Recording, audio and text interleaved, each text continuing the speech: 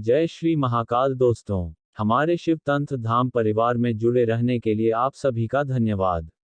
आप सभी के ऊपर त्रिदेव और त्रिदेवियों का आशीर्वाद बना रहे। आज मैं आप लोगों के लिए बहुत ही अच्छी साधना की जानकारी लेकर आया हूँ।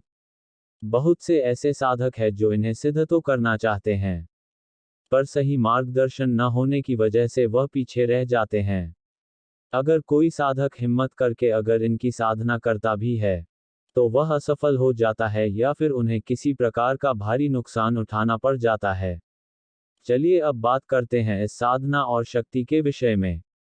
आप लोग थंबनेल देखकर तो समझ ही गए होंगे मैं आज किस साधना के विषय में बात कर रहा हूँ। ब्रह्मराक्षस एक अत्यंत शक्तिशाली योनि होती है। ब्रह्मराक्षस एक विशेष प्रकार की प्रेतात्मा होती है, जिसे भारतीय पौराणिक कथाओं में उल्लेख भी किया गया है। इनकी विद्या तंत्र के क्षेत्र में महत्वपूर्ण स्थान रखती है। यह प्रेतात्मा उन व्यक्तियों की होती है जो मृत्यु के बाद अपने अच्छे और बुरे कर्मों से ब्रह्मराक्षस की योनि को प्राप्त करते हैं।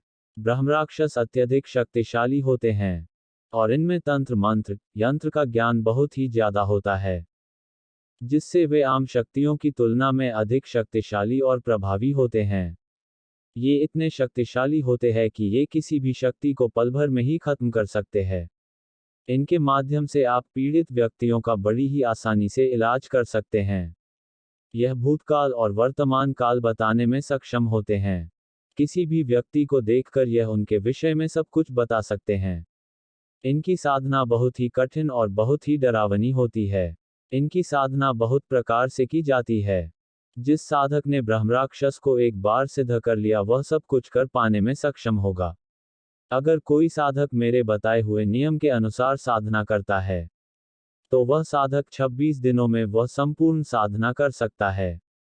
इस साधना को आप बंद कमरे में नहीं कर सकते हैं। इन्हें सिद्ध करने के लिए आपको किसी वीरान स्थान की आवश्यकता होगी।